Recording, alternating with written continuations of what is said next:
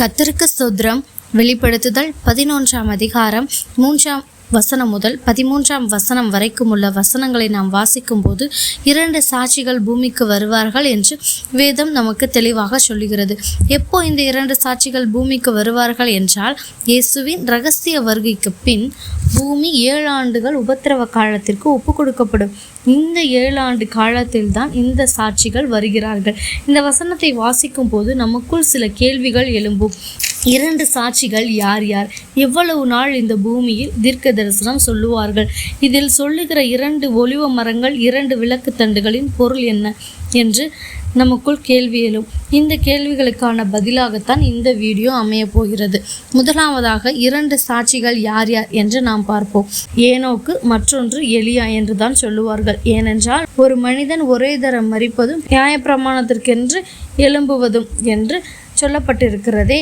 அப்போ ஏனோக்கும் எலியாவும் மரித்ததாக வேதம் சொல்லப்படவில்லையே. அதனால் அவர்கள்தான் இந்த 2 சாட்சிகள் என்று பலர் சொல்லுகிறார்கள்.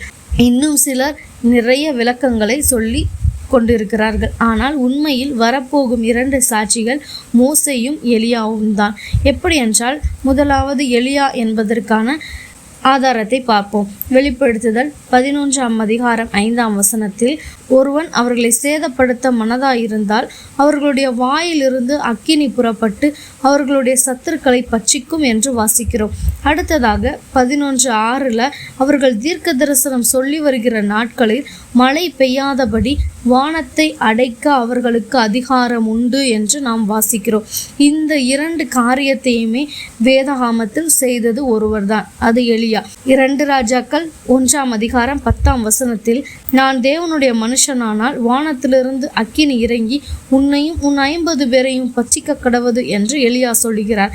1 ராஜாக்கள் 18ஆம் அதிகாரம் 38ஆம் வசனத்தில், கர்த்தரிடத்திலிருந்து அக்கினி இறங்கி அந்த சர்வாங்க தகன பலியையும் விறகுகளையும் கற்களையும் மண்ணை பட்சித்து வாய்க்காலில் இருந்த தண்ணீரையும் பட்சித்து போட்டது என்று நாம் வாசிக்கிறோம். அப்போ வானத்திலிருந்து அக்கினியை இறக்குனது முதலாவது எலியா. அடுத்ததாக எலியா என்ன செய்தார் என்றால், 1 ராஜாக்கள் 17ஆம் அதிகாரம் 1ஆம் வசனத்தில், எலியா ஆகாபை நோக்கி, என் வாக்கின்படியே அன்றி இந்த வருஷங்களில் பனியும் மழையும் பெய்யாதிருக்கும் என்று இஸ்ரவேலின் தேவனுக்கு முன்பாக நிற்கிற நான் அவருடைய ஜீவனை கொண்டு சொல்லுகிறேன் என்கிறார். இங்கே மழையை தடுத்து நிறுத்துகிறது யார் என்றால் எலியாதான். மழையை தடுத்து நிறுத்துகிறார், அக்கினியை வானத்திலிருந்து இறக்குகிறார். இந்த 2 காரியங்களுமே வெளிப்படுத்துதல்ல சொல்லப்பட்டிருக்கிறது, சாட்சியாய் வருகிறவர்கள் செய்கிறார்கள் என்று. அதனால் இதில் 2 சாட்சிகளில் ஒருவர் எலியாதான், மற்றொன்று மோசே. அதற்கு என்ன ஆதாரம் என்றால், வெளிப்படுத்துதல் 11ஆம் அதிகாரம் 6ஆம் வசனத்தில், அவர்கள் தண்ணீரை இரத்தமாக மாற்றவும் தங்களுக்கு வேண்டும் போதெல்லாம் பூமியை சகலவித வாதைகளாலும் வாதிக்கவும் அவர்களுக்கு அதிகாரம் உண்டு என்று நாம் வாசிக்கிறோம். யாத்ராகமம் 7:20 கோலை ஓங்கி நதியில் உள்ள தண்ணீரை அடிக்க நதியின் தண்ணீரெல்லாம் இரத்தமாக மாறி போயிற்று என்று வாசிக்கிறோம். அது மட்டுமல்ல, 10 வாதைகளால் எகிப்தியர் வாதிக்கப்பட்டார்கள். இதை செய்தது யார்? மோசேதான். தாங்களுக்கு வேண்டும் போதெல்லாம் இந்த 10 வாதைகளுக்குள் ஒன்றை பயன்படுத்தவும் இவர்களுக்கு அதிகாரம் கொடுக்கப்பட்டது. எனவே 2 சாட்சிகள் யார் யார் என்றால் எலியாவும் மோசேயும் தான். அதுக்கு அடுத்ததாக இயேசுவானவர் தன்னுடைய சீஷர்களுக்கு முன்பாக மறுரூபமாகையில் எலியாவும் மோசேயும் தான் இயேசுவிடம் வந்து பேசினார்கள். இயேசுவின் சிலுவையின் பாடுகளை குறித்தும் இனி கடைசி நாட்களில் நாம் எப்படி பூமியில் போய் சாட்சியாக திகழ்வது என்பதை குறித்தும் கூட அவர்கள் ஆலோசித்திருக்கலாம்.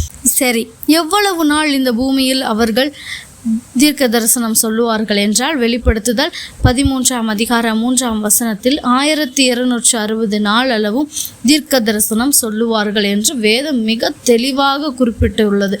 7 வருடம் உபத்திரவ காலம், இரகசிய வருகைக்கு பின் 7 வருட உபத்திரவ காலம். முதல் 3.5 வருடம் உபத்திரவ காலம், அடுத்த 3.5 வருடம் மகா உபத்திரவ காலம். இந்த 1260 நாள் என்பது 3.5 வருடம்.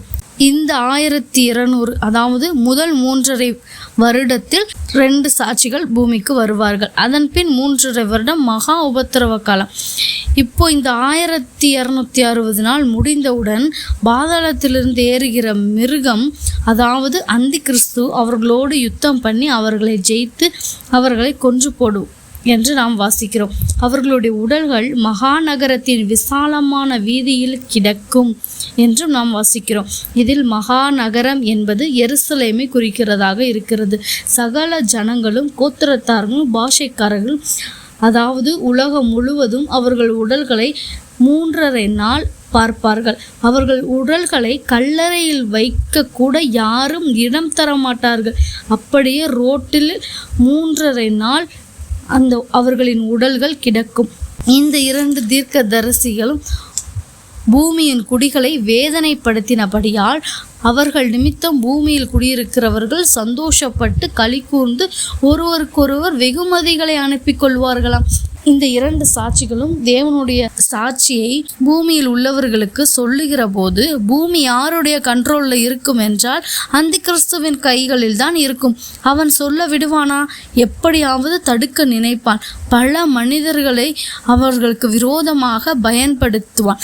அப்போ 2 சாட்சிகளும் தங்கள் வல்லமைகளை பயன்படுத்தி மனிதர்களை துக்கப்படுத்தி கொண்டிருப்பார்கள். இப்போ இந்த 2 சாட்சிகளும் இறந்தவுடனே ஒருவருக்கொருவர் பரிசுகளை அனுப்பி சந்தோஷப்படும் அளவுக்கு மிக கலிகூர்ந்து இருப்பார்கள் என்று வேதம் தெளிவாக சொல்லுகிறது. இதெல்லாம் வெறும் 3½ நாள் மட்டும்தான்.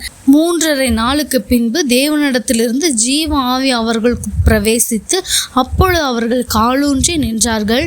அவர்களை பார்த்தவர்களுக்கு மிகுந்த பயம் உண்டாயிற்று. அவர்களை பார்க்கிறவங்களுக்கெல்லாம் என்னடா செத்து போனாங்க, திருப்பி எந்திரிச்சு வந்துட்டாங்களே அப்படின்னு பயம் வந்து உள்ளது.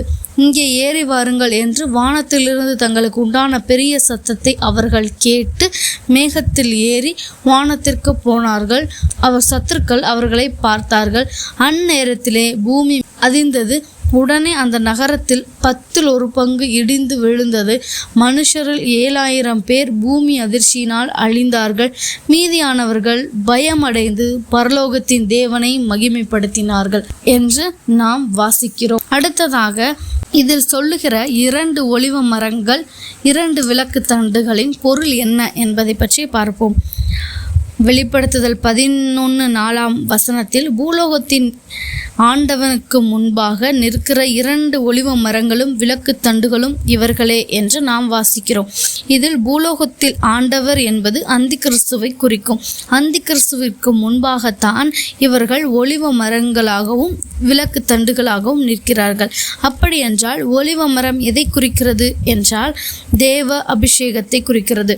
அதாவது பரிசுத்த தைலத்தை குறிக்கிறது. ஒலிவ மரத்திலிருந்து எடுக்கப்பட்ட பரிசுத்த தைலத்தை குறிக்கிறது. விளக்கு தண்டு என்றால் பேஸ். விளக்கு தண்டில் இருந்துதான் 6 கிளைகள் புறப்படுகிறது. அந்தி கிறிஸ்துவின் முன் தேவ அபிஷேகம் நிறைந்தவர்களாகவும் தேவனுக்கென்று மெய்யான ஒளியை குறித்த ஆழமான அனுபவத்தை கொண்டு ஒளி வீசுகிறவர்களாகவும் நிற்பார்கள். நம் பாஷையில் சொல்ல போனால் அந்தி கிறிஸ்துவின் கண்களில் விரலை விட்டு ஆட்டுபவர்களாக இருப்பார்கள். முதலாவது எலியாவும் மோசையும் பூமியில் தேவனுக்கென்று ஒளி வீசுவார்கள். பின்பு பாதாளத்திலிருந்து ஏறி வரும் மிருகம் அவர்களை கொன்று வீதியில் கிடப்பார்கள்.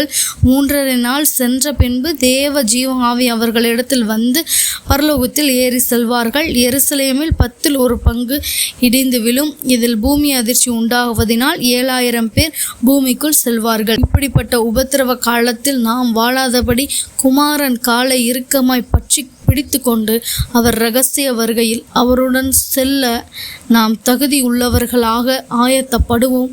பலரையும் ஆயத்தப்படுத்துவோம்.